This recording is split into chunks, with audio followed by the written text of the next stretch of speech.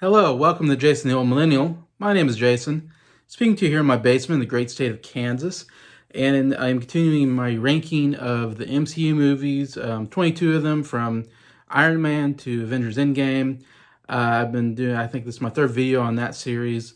So here we're going to do numbers 15 through number 12. So stay tuned to see what they are on here, Jason the Old Millennial.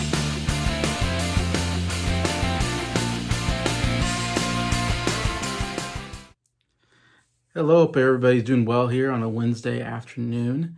Continuing my series on the ranking the MCU movies. Not all of them, just the 1 through 22 on the list. Kind of a really good beginning and ending to the whole storyline of the Infinity Wars and of Thanos and of characters like Iron Man and Captain America. So I thought it would be a good, and it's hard because obviously MCU is going to go on forever. I'm gonna be 100 years old, and we're gonna have an MCU phase, 50 or something.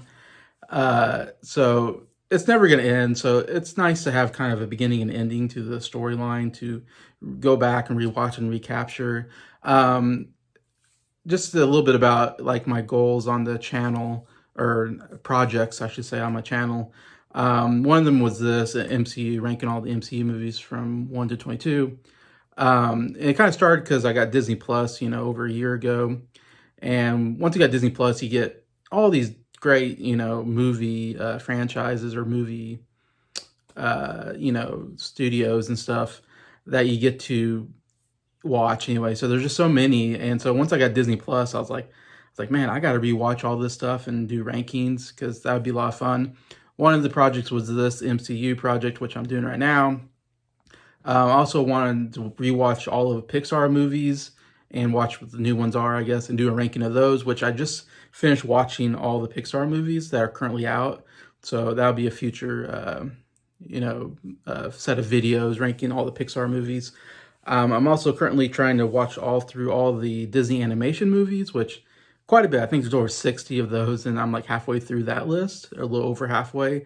So definitely that'll be a huge project once I get watched through all the Disney animation movies and get do a ranking video of those. I'm also watching every live action Disney movie between 1950 and 1980 and doing a ranking of those at some point, which that's going to take me quite a while because there's quite a bit of live action movies to go through. And it's kind of like, to me, that's kind of the classic Disney period, I guess, 50 through 1980. I don't know. I have a lot of nostalgia for that period, for Disney live action, and a lot of classics in that. So I don't know. I thought I would do that. I couldn't do every single one because there's just too many it would take absolutely forever to try to go through every one, but a 30-year period is a pretty good period of time to try to capture kind of all of those Disney classics of the live action period. Continues to go on. Anyway, so those are the projects I'm working on off of Disney Plus. Anyways, just to say, this is the first one that I've kind of completed, and I've been doing a ranking of anyway. So sorry, it's a long intro to say that's what's going on the channel. One of the things of many things I'm doing on the channel. Anyways, but yeah, so let's go on to number 15 on my list. And I think I'm going to cover 4 movies, 15 to 12.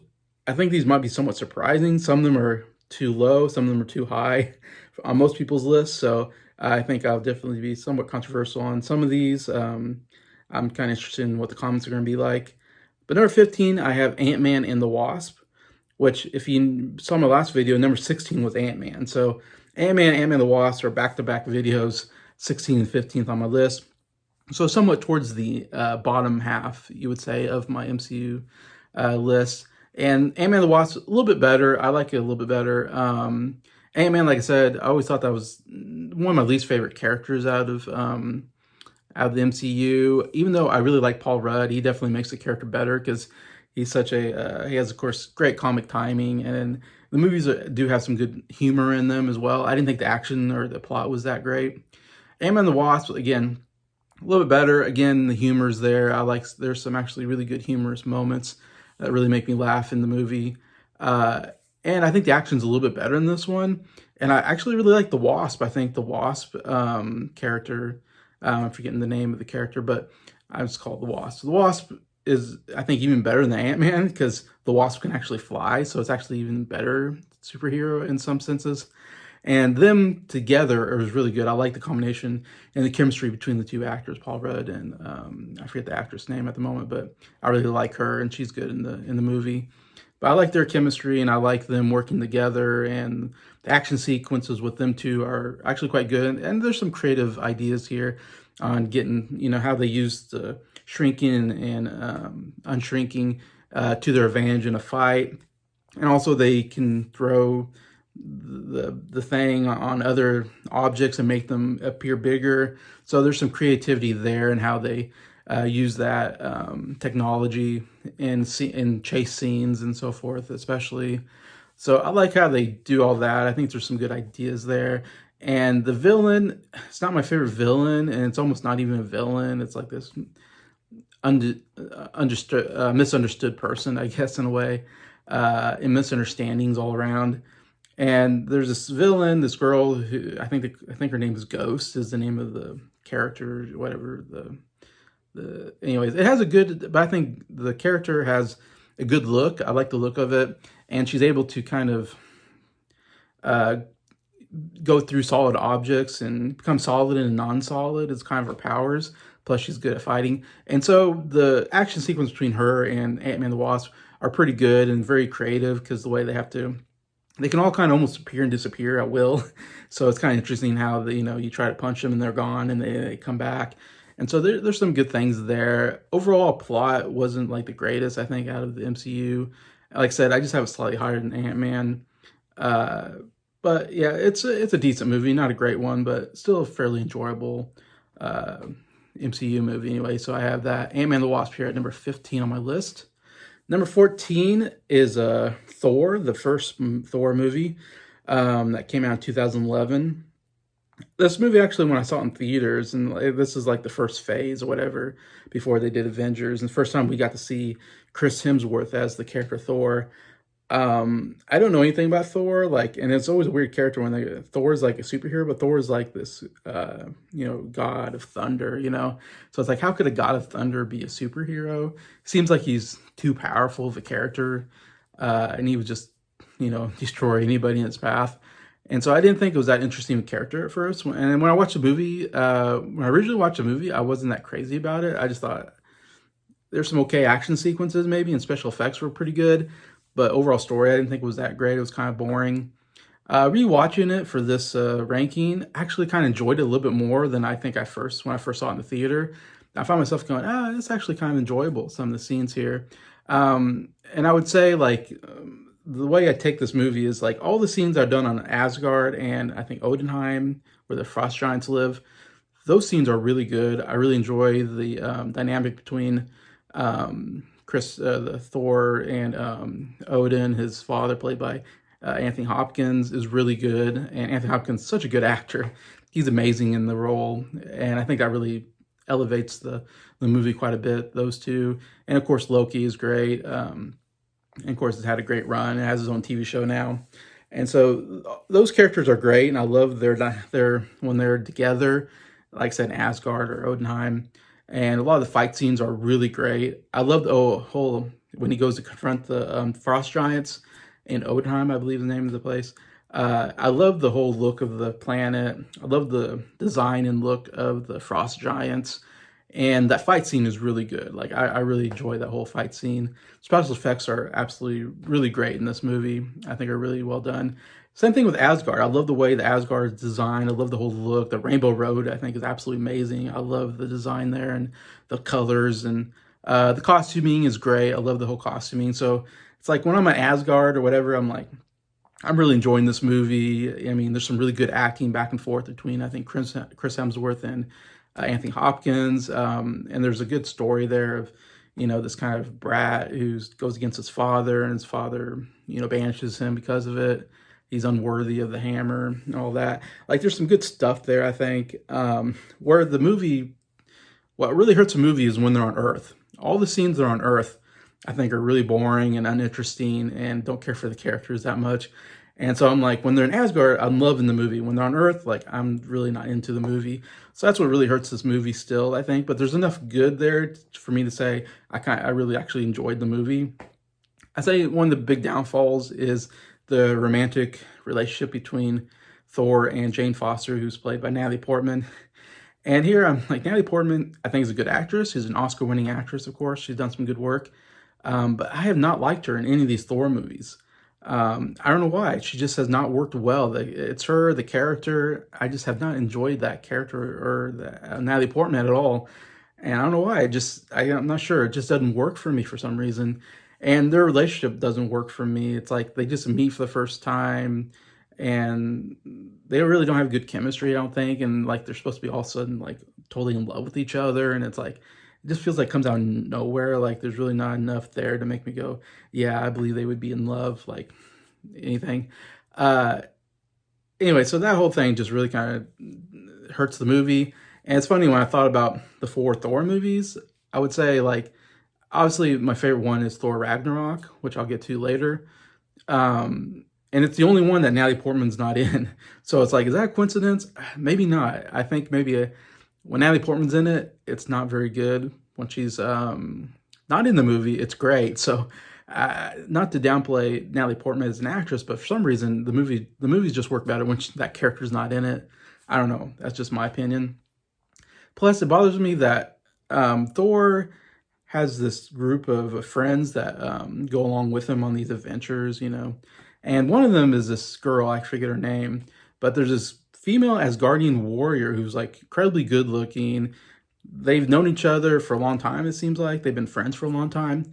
I'm like, why are you not going after this girl? Like, you seem like you have way more in common with this Asgardian warrior that you've known for a long time over this, female is human scientist girl that you just met for the first time. So that didn't make sense to me. I'm like, I would rather see a romantic relationship between those two than these two.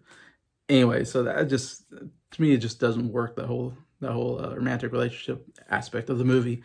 Anyway, so still, I think it's a light recommend. Like, it's still good enough stuff there that I can go back and watch this, though it's not one I go back to very often anyway. So that's Thor at number 14. Now, number 13, again, I think this is going to be a surprise because I have it higher than most people, and that is The Incredible Hulk. That came out in 2008, the only solo movie for the Hulk. Hulk is a character that he's good when he combines with other ones. I think they're not as trustworthy of him leading a movie just by himself, so that's why we've only gotten one movie out of the Hulk character, Bruce Banner character. And it's funny enough, it was the one with Edward Norton, the only time Edward Norton has played the character. Since then, Mark Ruffalo has taken over that character, and it's hard to think of the character without Mark Ruffalo because he is Bruce Banner, he is the Hulk. He's done it so many times, so many movies, and even in the She-Hulk TV series he's appeared in. So I think that definitely hurts the movie, the fact that we don't have Mark Ruffalo in there. We have Ed Norton, even though Ed Norton's a very good actor, I think, and he does a good job in the movie. The fact that we changed the character, kind of, this movie's almost it's almost like we could take this movie out of the MCU and it wouldn't hurt the MCU at all, the storylines and everything. Like, it's almost a forgettable movie in that sense. It's also the only movie on my list that you can't watch on Disney Plus, because I'm guessing like Sony or Fox has rights to the character, the whole character. So it's weird when I went through Disney Plus and I couldn't find the movie, and I'm like, does this movie not exist anymore? Then I found out, oh, I guess Disney doesn't have the rights to it, even though it's in the MCU, which Disney owns the MCU. I don't get how that works, but whatever reason, Incredible Hulk's not there. So it's hard to rewatch this movie because it doesn't exist on Disney Plus. So, and I don't have the physical copy at the moment. So this is one I kind of had to go more by memory of seeing it in theater and stuff.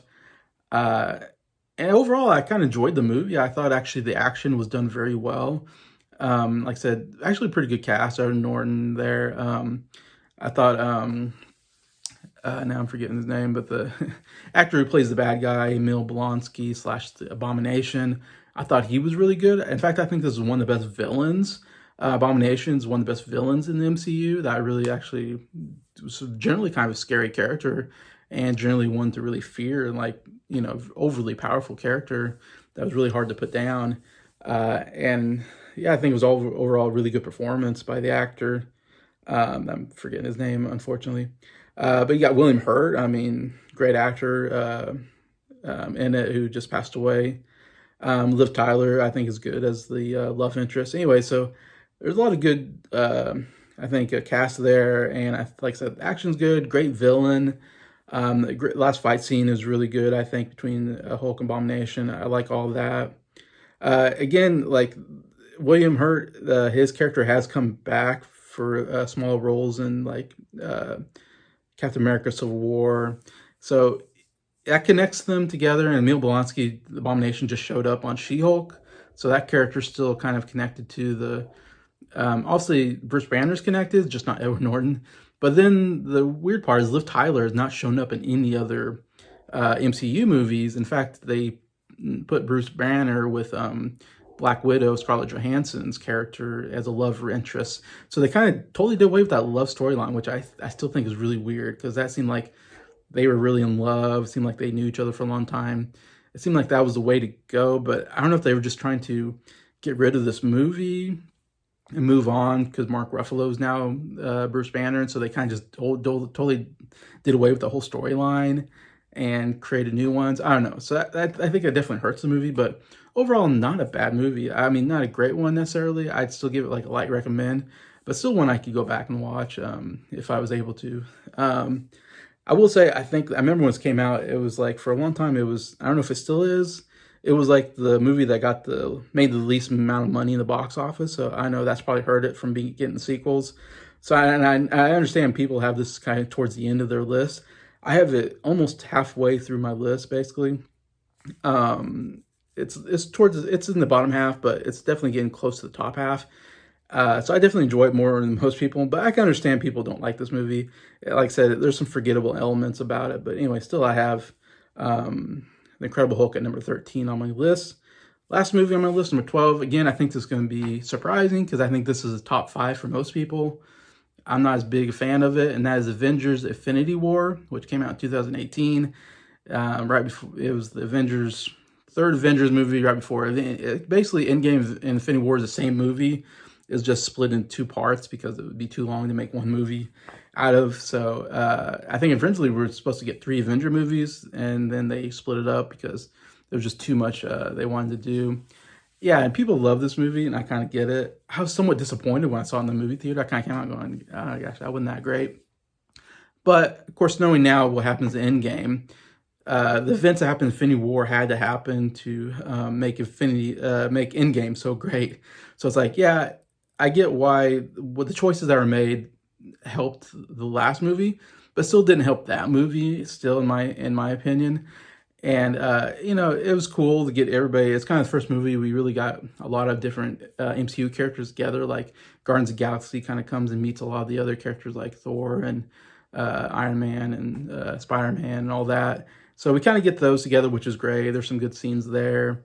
And again, like I said, we get Doctor Strange is now with Spider-Man and Iron Man, and so we definitely get these different universes are kind of colliding together, which is kind of nice. And some good scenes there.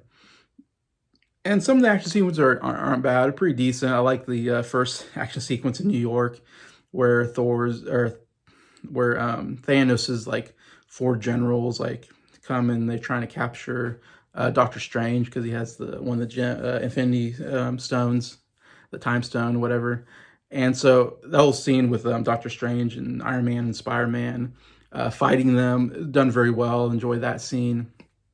And then, of course, towards the last scene of the movie, a really big action sequence on Wakanda, and you get Black Panther and all of them are in on it.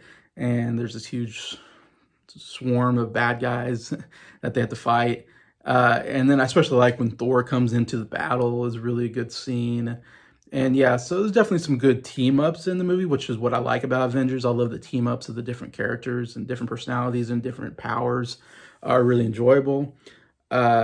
I guess what hurts this movie for me, why I don't like it as much, obviously the ending. I think people love the ending because it's shocking, which it is, because something you never see in a movie where it's like the bad guy wins at the end, which is unusual, because usually the good guy wins all the time. But that's one of those very rare times where it's like, oh wow, the bad guy like won. Obviously, it's a setup for the last movie, Avengers Endgame, where they have to come back and defeat Thanos in that one. So it's obviously a setup, but still, for that movie, it kind of ruins the whole movie for me in a sense. I mean, I have it at number 12, I have it almost halfway through my list. But yet, the fact that that ending happens the way it does, kind of like, to me, like, oh, this seems like a pointless movie, because the bad guy kind of wins. And so to me, that always makes it kind of a pointless movie. And it makes a movie, like I said, it's really just a setup movie for the last one. I think that hurts the movie for me because it feels like, oh, like we just have this movie just to set up the last movie. And so it really kind of hurts the whole plot of that movie for me. The other thing that hurts it is the whole Thor and Rocket and Groot all go to this dying star. They have to awaken this dying star so he can make this. He needs to make a weapon that can kill Thanos, which he makes the Stormbreaker weapon because you need a piece of a star, I think, or something like that. And so there's this whole long sequence of him having to make this thing go. And anyways, it's a really boring sequence, and it kind of just slows down the movie. Like, I feel like all the other, like, I like following like the other characters and what's going on with them, and they're, you know, trying to defend, you know, Doctor Strange's the gems, the time stone, and the fight with like Thanos. You know, there's that really cool fight scene where they try to get the gauntlet out of his hand. Then that last fight scene in Wakanda. I mean, all that's very interesting as well. But the whole Thor storyline is really slow and boring, and really slows the movie down and really stops the interesting part of the movie, the plot of the movie. Anyway, so that part kind of really hurts the movie for me. So that and the ending makes this somewhat of a disappointing movie where I rewatch it and I was like, I just don't care for it that much. I'm still giving it like a 3 stars. There's still enough good stuff there. It's a light recommend.